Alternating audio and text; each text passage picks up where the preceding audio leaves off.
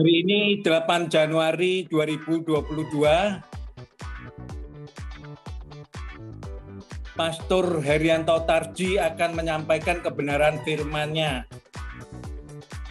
Banyak yang tahu Kristus hidup di dalamku, tapi nggak mau berubah. Sampai zaman menanyakan, kapan mau berubah? Silakan, Pastor. Ya, terima kasih Bro Frans untuk waktunya, dan salam Bapak Ibu sekalian. Selamat siang, apa kabar? Selamat tahun baru, dan tetap semangat dalam memasuki tahun 2022 ini. Walaupun banyak informasi yang tidak mengenakan, khususnya Omikron, tapi kita percaya kita dapat mengatasinya, karena kita semua tahu kita punya siapa. Bukan apa yang kita punya, tapi kita punya siapa. Tentunya punya Kristus. Dan semua dalam perlindungannya, dalam kontrolnya, sehingga kita tetap semangat memasuki hari-hari di tahun 2022 ini. Dan semua aktivitas kita bisa berjalan lancar sesuai dengan rencana. Dan saya berdoa semua teman-teman yang ada di sini semua dalam keadaan sehat, baik, tetap semangat dalam menjalani tahun 2022 ini. Terima kasih untuk kesempatan yang sudah diberikan kepada saya untuk sharing firman Tuhan yang judulnya Kristus Hidup Dalamku. Judul ini sangat luar biasa, dan kalau dipikirkan itu sesuatu yang mustahil, tetapi kasih karunia Tuhan memungkinkan kita bisa hidup di dalam Kristus, atau Kristus hidup dalamku. Dan kesimpulan daripada nanti sharing firman ini, Kristus hidup dalamku sebenarnya berbicara tentang hubungan, relasi yang intim, hubungan yang intim, personal faith, iman pribadi bersama Kristus yang ada di dalam kita. Yang pertama tentang relasi, hubungan, dan yang kedua tentang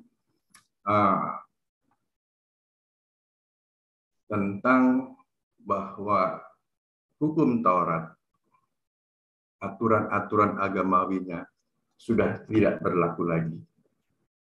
Hukum Taurat dan aturan-aturan agamawinya sudah tidak berlaku lagi. Dan yang ketiga, sebagai yang terakhir, secara tersirat bahwa Kristus Yesus sudah datang dalam bentuk roh kepada semua orang yang menerima Tuhan Yesus sebagai juru selamat dan sebagai ciptaan baru di dalamnya, adalah orang-orang atau orang percaya yang sudah menerima Tuhan Yesus dalam roh, dan ia sudah datang. Sehingga setiap pemikiran kita selalu berdasarkan dengan bersifat roh, hal-hal yang rohani yang tidak kelihatan. Baiklah Bapak Ibu, saya akan sharekan secara singkat di PowerPoint. Saya akan berbalik ke belakang sebelum tadi ke kesimpulan bahwa Kristus hidup dalamku itu berbicara tentang relationship, hubungan yang intim bersama Bapa. Yang kedua, Kristus sudah datang. Dan yang ketiga, bahwa hukum Taurat sudah tidak berlaku lagi. Nah, saya balik ke belakang. Apa respon orang tentang Kristus hidup dalamku? Setiap kita bicara, Kristus ada dalamku. Nah, yang saya alami, yang saya amati, yang saya selalu perhatikan, termasuk saya juga waktu mendengar perkataan bahwa Christ in you, respon saya biasa saja. Pertama gitu, biasa saja. Tetapi terus berulang-ulang, malah biasa saja juga. Tetapi lama-lama saya ingin cari tahu, cuman belum tahu. Akhirnya tidak mau tahu, selalu bergumul, apa sih Kristus dalamku? Nah, memang di Alkitab sendiri menjelaskannya kalau tidak ada yang menolong, maksudnya kita tidak diskusi sama teman, bantuan Roh Kudus, tidak akan bisa disingkapkan. Apalagi kita tidak membuka hati. Jadi responnya biasa saja. Bahkan pertama kali juga saya masuk tidak mau tahu. Tapi setelah lama-lama merenungkan bahwa Christ in you, bahwa Tuhan sudah ada dalam hati kita, dalam pikiran kita, saya mulai mencari tahu, dan akhirnya sadar bahwa ia benar ada dalam diri kita. Lalu setelah sadar dia ada dalam hidup saya, apa yang harus saya lakukan? Yang nggak ada lagi selain menikmatinya, selain bersyukur bahwa dia Sang Maha Kuasa itu, pencipta langit bumi itu, Raja Damai, Raja yang kekal, penasihat ajaib, itu ada dalam hati dan pikiran saya kalau saya mau menerimanya dan mau menikmatinya. Nah, itu respon saya yang pertama, biasa saja. Dan saya lihat orang lain juga kelihatannya ya biasa saja, nggak bergeming. Malah ada yang tidak mau tahu. Nah, tetapi karena firman Tuhan terus disampaikan, diberitakan, orang sudah mulai memperhatikan, mencari tahu. Mencari tahu juga karena mungkin ia rindu, atau mungkin karena dia sudah jenuh dengan pemberitaan firman Tuhan yang umumnya. Lalu mungkin juga ada masalah, sehingga dia perlu pertolongan Tuhan yang benar-benar real dia rasakan. Akhirnya dia mau mencari tahu. Dan keempat, sadar dan menikmatinya. Dan saya percaya teman-teman di sini semua yang mulai dari awal mengikuti pengajaran di CCM sudah masuk ke sadar dan menikmatinya. Walaupun nanti ada yang mencari tahu, tapi saya percaya bimbingan Roh Kudus akan membawa terus masuk ke sadar dan menikmatinya. Kemudian respon manakah yang baik? Nah, ini tadi. Respon yang baik mencari tahu. Mencari tahu Roh Kudus ada dalam diri kita. Mencari tahu bahwa Kristus ada dalam diri kita. Mencari tahu bahwa Bapa yang kekal itu ada dalam diri kita. Beberapa ayat firman Tuhan yang kemarin disaringkan oleh teman-teman, oleh Pak Girsang, oleh Pak Wilson, oleh teman-teman yang lain, Pak Suhanda, selalu disinggung bahwa ujilah dirimu, bahwa tidak tahukah bahwa Kristus ada dalam, Yesus Kristus ada dalam diri. Itu pertama. Yang kedua, bukankah tubuhmu adalah bait Roh Allah? Jadi tubuh kita bait Roh Allah. Lalu Bapa menyertaimu dalam hatimu selama-lamanya. Jadi yang disebutkan bahwa tiga pribadi, Bapa, Kristus, dan Roh Kudus itu sebenarnya satu, adalah sudah masuk ke dalam diri kita. Jadi ia adalah Esa dan ia satu. Ia Maha Kuasa dan ia ada dalam pikiran kita. Pertanyaannya, adanya bagaimana? Apakah masuk ke tubuh jasmani kita? Oh tidak. Karena kita tahu bahwa Allah adalah roh, dan pengertian bahwa Kristus hidup dalam kita adalah pengertian yang secara roh. Nah, kemudian bagaimana membantu orang yang mencari tahu? Nah, kembali lagi, membantu orang yang mencari tahu tidak lain dasarnya adalah firman Tuhan. Nah, firman Tuhan yang tadi disebutkan tadi bahwa Kristus ada dalam dirimu, bahwa tubuhmu adalah bait Allah, bahwa Yesus Kristus ada juga dalam dirimu. Semuanya firman Tuhan. Banyak firman Tuhan yang sudah disampaikan dan masuk melalui pikiran kita, sehingga masuk ke tahap pembaharuan pikiran. Pikiran yang lama mungkin kita selalu berpikir semua cerita, semua kisah di dalam Alkitab itu Tuhan Yesus yang ada 2000 tahun lalu membuat mujizat, menyembuhkan orang sakit, membangkitkan orang mati, dan itu benar dinyatakan karena perlu manifestasi. Tetapi setelah ia mati, bangkit, dan kembali menjadi roh yang semula, dan awalnya memang dia roh, maka dia masuk ke dalam pikiran kita, mulai bekerja, memperbaharui pikiran kita. Nah, kita buka hati untuk membuka, menyediakan diri dirubah oleh Roh Kudus, dan Roh Kudus selalu memberikan pewahyuan baru, sehingga pembaharuan pikiran yang kita selalu baca dalam firman Tuhan, pemahamannya menjadi berbeda. Pemahamannya untuk diri sendiri, bukan untuk orang lain. Saya pernah dengar orang bijak berkata bahwa apa yang kau baca itu berlaku untuk dirimu, bukan untuk orang lain. Nah, orang lain hanya melihat hasil dari apa yang kau baca.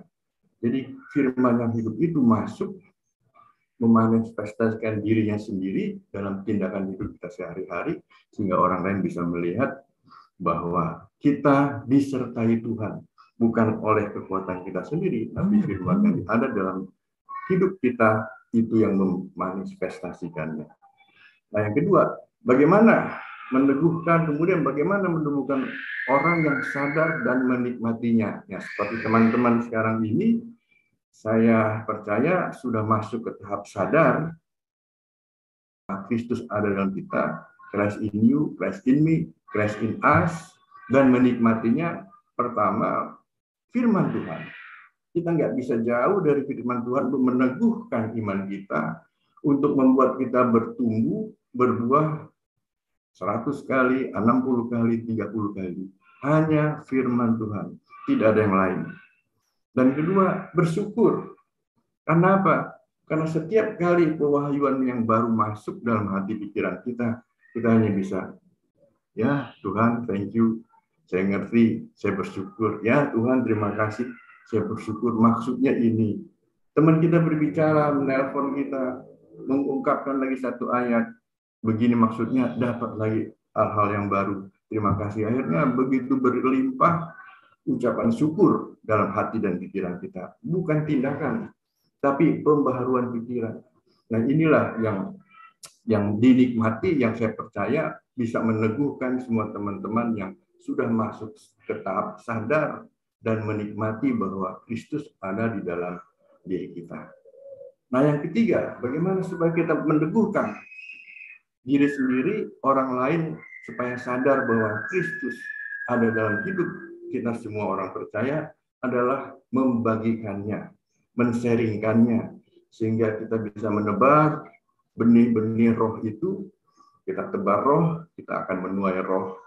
Nah, kepada teman-teman, pada saudara-saudara yang ada yang mau mendengarkan, karena banyak sekali yang nggak mau mendengarkan.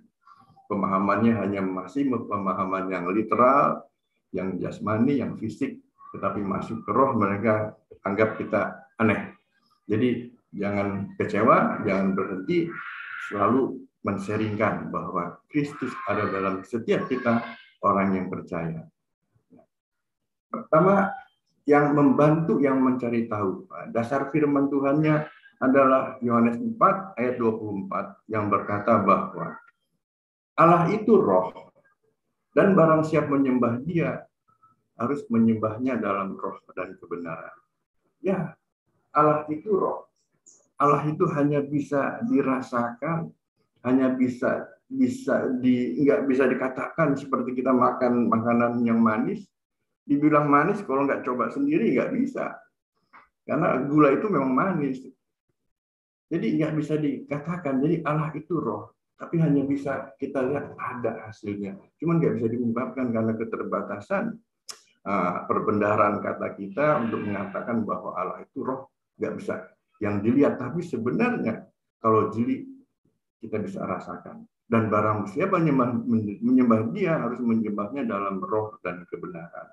Kebenaran itu Kristus sendiri, Dia yang akan menuntun kita ke kebenaran, dan dalam roh kita. Sehingga semua yang kita dapatkan dalam firman Tuhan, kita pahami bahwa hal itu diartikan secara roh.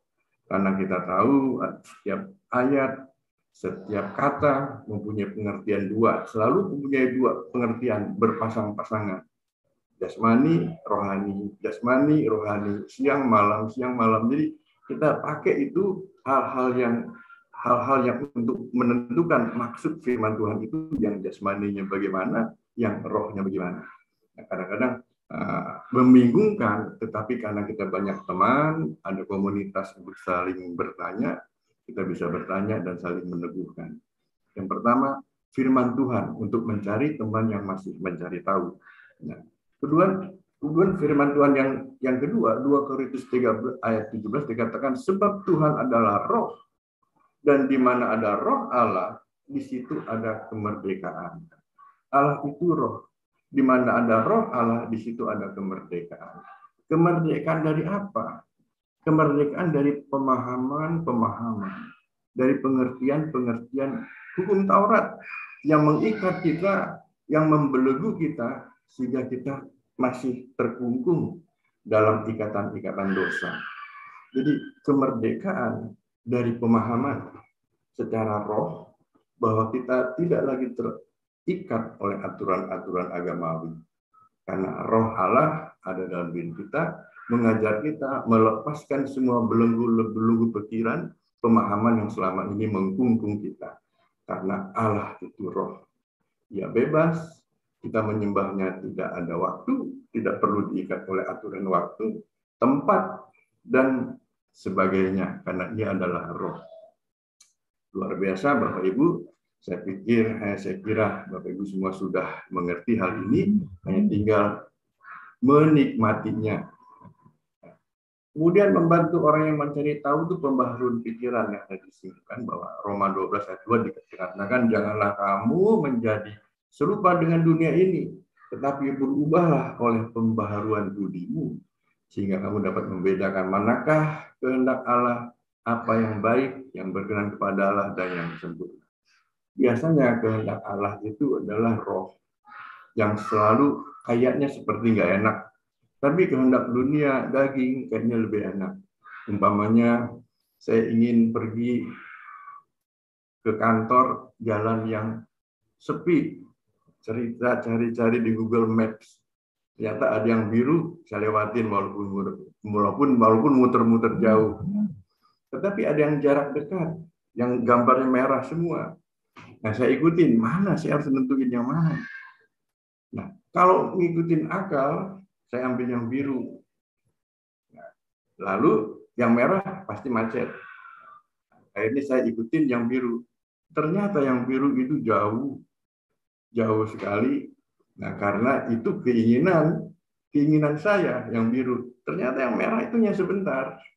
Begitu kita tahu sudah biru lagi, hanya ada kecelakaan. Jadi kadang-kadang selalu kita bergumul dalam ngambil keputusan mana yang benar, ini di roh atau ini yang jasmani. Dan saya pikir Bapak Ibu juga pernah mengalami hal-hal ini dalam hal-hal tertentu untuk mengambil keputusan mana yang baik dan mana yang enggak.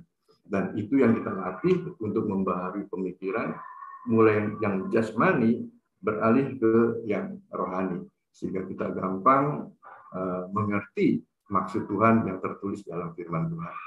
Nah, yang kedua, Titus 3 ayat 5 dikatakan, pada waktu Dia telah menyelamatkan kita, pada waktu Dia, bukan karena perbuatan baik yang telah kita lakukan, tetapi karena rahmat-Nya, oleh permandian kelahiran kembali, dan oleh pembaharuan yang dikerjakan oleh Roh Kudus.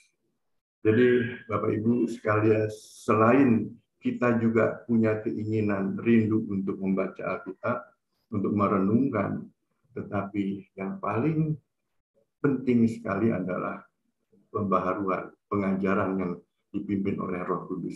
Karena firman Tuhan katakan, engkau tidak perlu lagi diajar oleh orang lain, tapi aku akan mengajar engkau melalui Roh Kudus. Nah, dia akan diajarkan. Kita hanya konfirmasi lagi dengan teman-teman yang sudah memahaminya, apakah benar maksud ini. Jadi pembaharuan yang dikerjakan oleh Roh Kudus. Nah, kemudian bagaimana meneguhkan yang sadar dan menikmatinya. Nah, yang seperti tadi dikatakan, bagaimana teman-teman yang sudah sadar dan saat ini menikmatinya.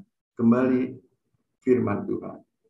Di dalam Galatia ayat 2-20 berkata, namun aku hidup, tetapi bukan lagi aku sendiri yang hidup, melainkan Kristus Yesus yang hidup di dalam aku. Dan hidupku yang kuhidupi sekarang di dalam daging adalah hidup oleh iman dalam Anak Allah yang telah mengasihi aku dan menyerahkan dirinya untuk aku. Bapak Ibu sekalian, di ayat-ayat sebelumnya di dalam Galatia 2 ini adalah ketika Paulus mengalami tekanan dari teman-teman sepelayanan yang mengatakan bahwa Injil kasih karunia yang dia sampaikan itu banyak kekurangannya, dan mereka ingin menarik lagi, mencampurkannya dengan Kristus, dengan hukum Taurat, dengan hukum Taurat. Jadi saat itu pemikiran yang ada di Galatia itu ada tiga pengajaran Kristen, pengajaran adat istiadat orang Yahudi, dan pengajaran filsafat kafir. Mereka bilang filsafat kafir.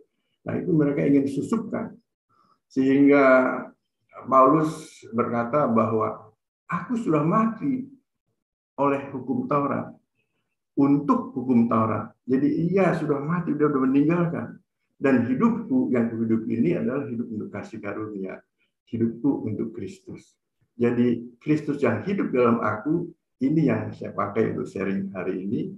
Di dalam Galatia 2, bahwa Kristus yang hidup dalamku, Kristus yang hidup di dalam Bapak, Ibu sekalian adalah Kristus kasih karunia, yang tahu bukan oleh kekuatan sendiri kita dapat diselamatkan, tapi oleh kasih karunia Tuhan.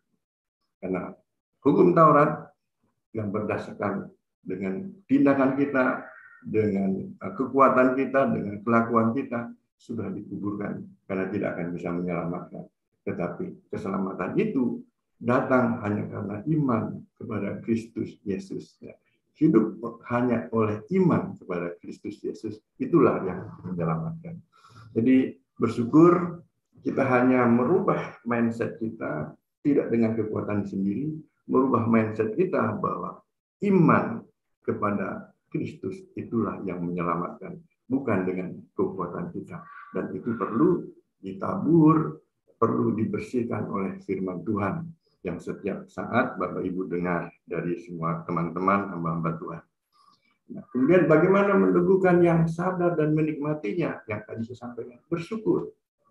Kolose 3 ayat 15 dikatakan, hendaklah damai sejahtera Kristus memerintah dalam hatimu, karena untuk itulah kamu telah dipanggil menjadi satu tubuh, dan bersyukurlah. Itu saya katakan hanya bersyukurlah, karena kita tahu Raja Damai itu sekarang sudah ada dalam hati dan pikiran kita secara roh. Nah, Raja Damai itu sumber damai. Jadi walaupun kita banyak masalah, banyak tantangan di depan, banyak pergumulan, tapi Sang Damai itu tetap memerintah. Dan dia memberikan kedamaian kita. Sehingga saat mengambil keputusan, selalu pas, selalu tepat, karena disertai oleh Sang Raja Damai itu. Dan bersyukurlah untuk setiap keputusan yang ternyata benar. Keputusannya dipimpin oleh Roh Kudus, pimpin oleh Kristus sehingga benar, dan kita semua selamat. Jadi tetap bersyukur. Itu meneguhkan teman-teman yang sudah masuk ke dalam tahap sadar dan menikmati bahwa Kristus ada di dalam diri kita. Nah, lalu yang ketiga, bagaimana meneguhkan yang sadar dan menikmatinya? Yang tadi saya katakan, membagikannya. Kolose 1 ayat 28 dikatakan, dialah yang kami beritakan apabila tiap-tiap orang kami nasihati dan tiap-tiap orang kami ajari dalam segala hikmat untuk memimpin tiap-tiap orang kepada kesempurnaan dalam Kristus. Bapak Ibu, kadang-kadang dalam keseharian kita bertemu sama teman-teman atau sahabat yang mengeluh. Nah, kalau kita tidak respon, kita bisa terpengaruh oleh keluhan dia, dan hati kita juga kadang-kadang pusing. Tapi kalau kita mulai berpikir, oh sepertinya saya harus sampaikan kepada dia bahwa dalam dirinya ada Kristus, ada damai sejahtera yang bisa mengatasi keluhannya. Akhirnya kita katakan, oh no, don't say it again. Christ in you, Kristus ada dalam dirimu. Kristus yang bisa memberikan solusi jalan keluar.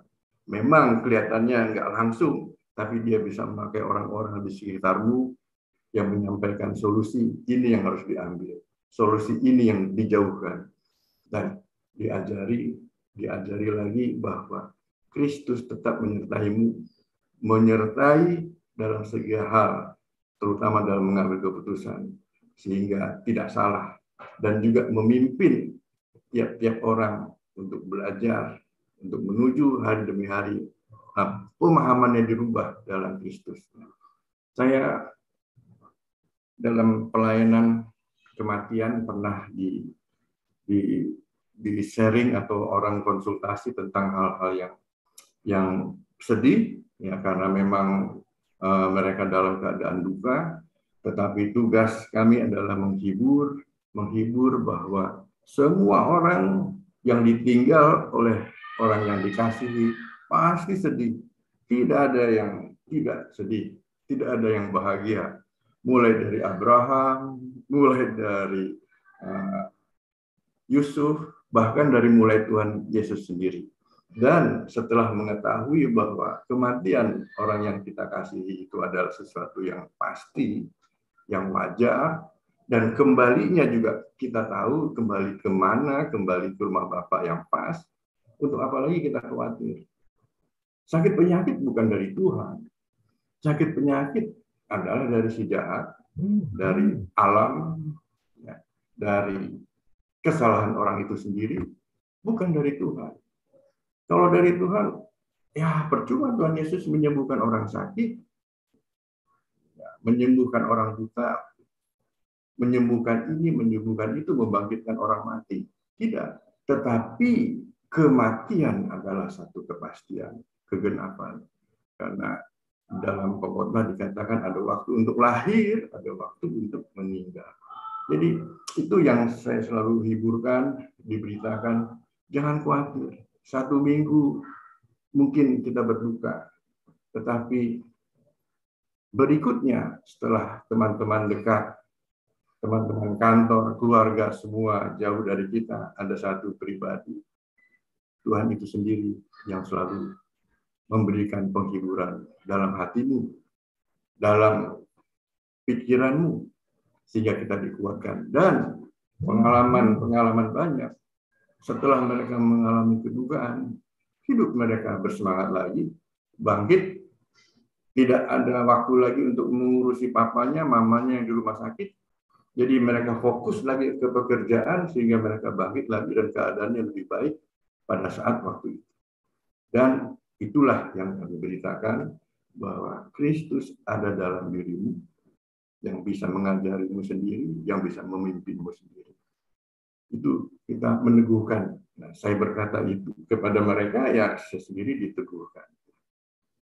Orang yang percaya dan sadar menikmati Kristus hidup dalam dirinya, hidupnya dipimpin oleh Roh. Nah, ini yang saya belajar, dipimpin oleh Roh ini bagaimana? Di dalam Galatia 5 ayat 25 dikatakan, jikalau kita hidup oleh Roh, baiklah hidup kita juga dipimpin oleh Roh. Dan buah Roh seperti kita tahu bahwa hidupnya dipimpin oleh Roh, dan karena dan ciri-cirinya jikalau kita hidup oleh Roh, baiklah hidup kita juga oleh Roh, itu penuh dengan belas kasihan, kerendahan hati, dan kesabaran dan lain-lain.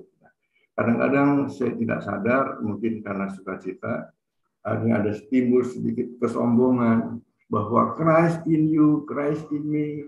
Ya, saya yang ini salah, yang ini keliru pemahamannya, yang ini. Nah, itu lama-lama, saya tidak jadi berkat kepada orang lain.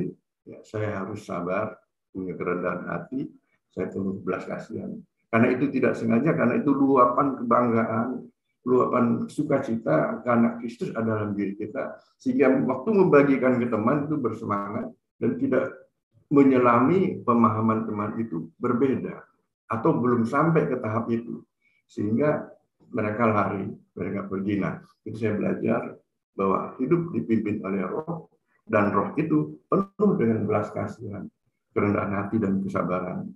Karena Allah itu sendiri, saya juga berpikir bahwa Tuhan pencipta langit bumi ini, umatnya bermiliar-miliar, pemahamannya beda, agamanya beda, kelakuannya beda, yang jahat, yang buruk, tapi tetap Dia pelihara.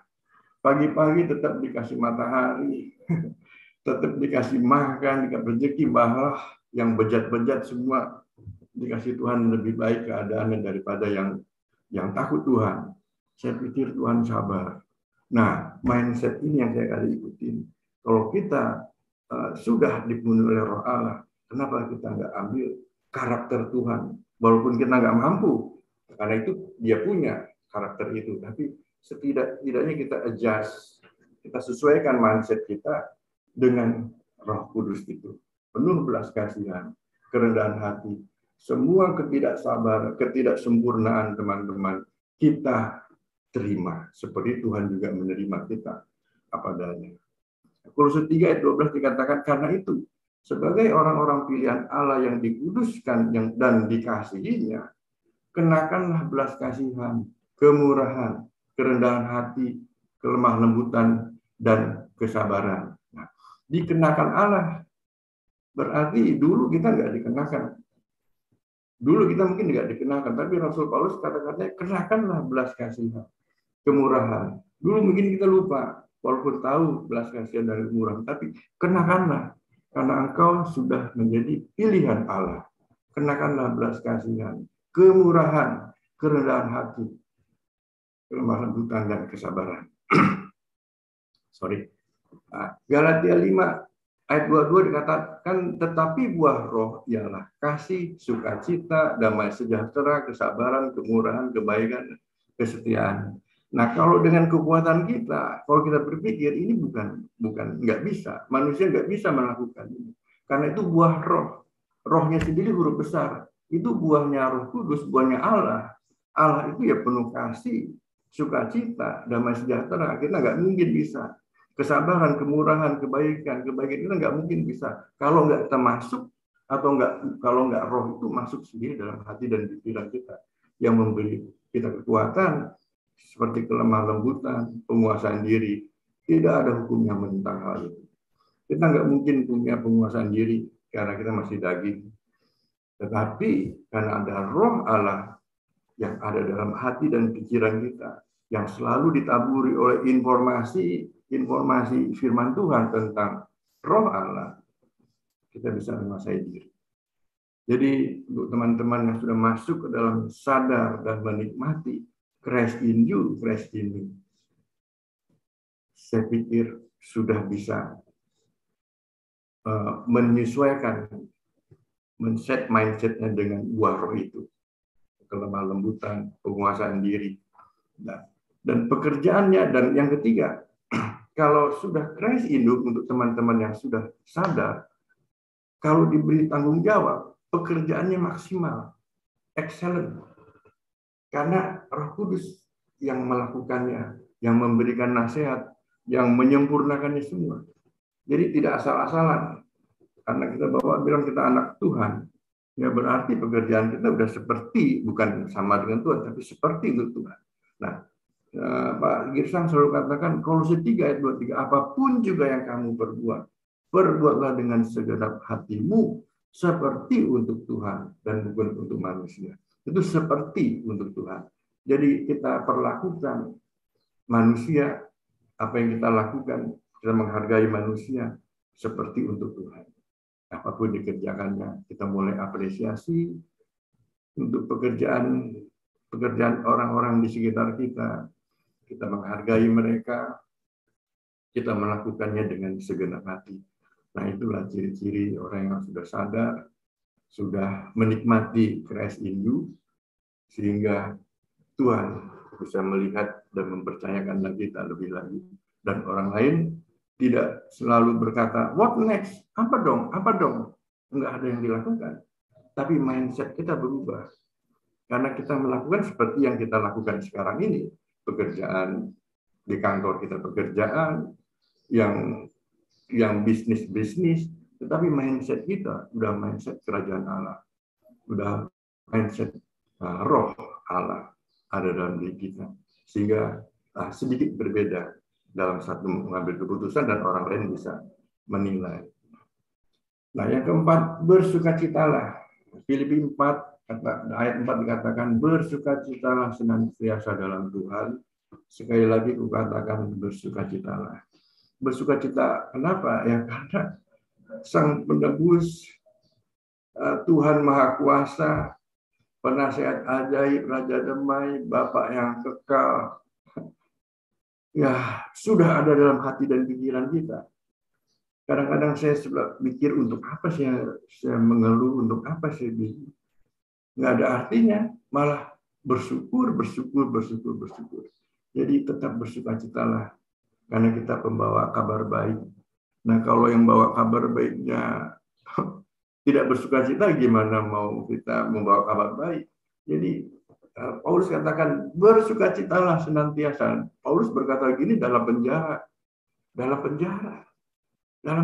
fisiknya, dia tetap bilang bersukacitalah karena Tuhan Yesus, Raja damai, penguasa bumi itu ada dalam hati dan pikiran kita. Dan banyak hal-hal yang membuat dia meluap untuk mengatakan kepada murid-muridnya, katakan bersukacitalah. Jadi kembali sebelum menutup kesimpulan ini, seperti yang dikatakan, Kristus hidup dalamku adalah bicara tentang hubungan intim, personal faith, bukan communal faith, bukan iman rame-rame. Iman rame-rame, oh saya percaya, oh saya berbuat ini. Tidak, iman kita iman pribadi. Jadi Christ in you adalah hubungannya pribadi. Nah, kita kasih tahu ke orang lain juga kadang-kadang orang, apaan itu? Tapi syukur-syukur yang ngerti bahwa Kristus hidup dalamku adalah hubungan intim, personal faith. Nah, kedua, Kristus yang roh itu sudah datang. Tuhan Yesus sudah datang. Nah, kalau orang yang fisikal langsung kaget, sesat. Tapi kalau yang mau belajar, dia tahu bahwa roh itu sudah datang dalam hati dan pikiran kita. Roh Kudus, Kristus, dan Bapa tidak bisa dipisahkan. Ya, kalau rohnya sudah ditaruh, sudah kuberikan rohku ke dalam dirimu, kutinggalkan damai sejahtera, kutinggalkan rohku, kuberikan rohku. Berarti ya, Bapa, Kristus itu sendiri sudah ada dalam diri kita. Nah, yang ketiga adalah aturan-aturan hukum Taurat. Dengan melakukan ini, dengan melakukan itu, dengan perbuatan ini, perbuatan itu, kita tidak lakukan lagi. Karena aturan-aturan hukum Taurat itu membuat kita terbelenggu dan membuat kita berdosa lagi. Tetapi dengan adanya Christ in you, maka hukum Taurat itu sudah tidak berlaku lagi. Saya ingin bersaksi sedikit tentang kuasa roh. Waktu saya belum bertobat, saya sering main jalangkung. Mungkin tahu kalau teman-teman semua main jalangkung, minta nomor untuk undian. Pergi ke satu rumah, maghrib, kompleks rumah yang kosong dengan teman-teman, bawa keranjang, kasih baju putih, kasih stanggi, tempat hio untuk doa, ditancap, langsung pegang. Bawa pensil sama kertas taruh di bawah. Biar keranjang itu yang ditaruh pensil bisa nulis. Teman saya semua pada pegang keranjang itu, dan sambil kita berdoa, kita meminta. Ya Dato Jalanggung, datanglah, anak cucu ini mau minta sesuatu, datanglah. Nggak lama Bapak Ibu sebenarnya. Langsung berat. Nah, kita udah lihat pandang-pandang, oh dia datang. Baru tanya, siapa nama Mbak? Dia langsung tulis. Kok cepet tulisannya? Maaf Mbak, saya ganggu tidur. Maksud kami mau minta nomor. Langsung tulis. Maaf Mbak, nggak jelas tulisannya. Apa? Dia putar terus. Mbak namanya siapa ya? Kita nggak ngerti. Lama-lama, wah ini tulisan apa? Nah itu langsung kita mau buang ya kita takut. Akhirnya kita lihat-lihatan, kita buang, kita lari. Dan itu yang ingin saya sampaikan, untuk undang roh jahat aja. Sebentar Bapak Ibu. Sebentar masuk, sebentar datang. untuk mengusir seperti belajar bela diri, mengusir roh-roh harimau, roh-roh macan datang kepadaku. Ya, kita langsung kemasukan, langsung gayanya seperti singa, seperti macan. Itu gampang sekali. Sebaliknya, untuk memanggil Roh Kudus yang memang sudah ada dalam diri kita, ngapain lagi dipanggil? Baru kita teringat aja, dia langsung tak, ini loh jalannya, ini loh solusinya, ini loh maksudnya. Aduh, gimana nggak bersyukur? Itulah Roh Kudus. Jadi saya berharap Bapak Ibu yang sudah sadar bahwa Kristus ada dalam hidup kita, kita bagikan kepada teman-teman. Nggak usah cari tempat lain, tapi ada dalam diri kita. Berikan pengertian ke firman Tuhan. Masih belum ngerti, sabar. Kita kasih, masih belum ngerti, sabar. Kembali ke yang respon pertama, biasa-biasa saja, terus ada yang malah nggak mau tahu.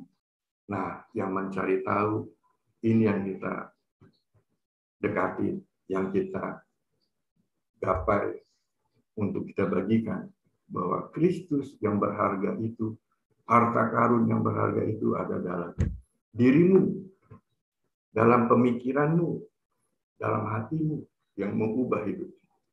Ambil keputusan sekarang, 2 tahun lagi, 3 tahun lagi, Anda akan beda.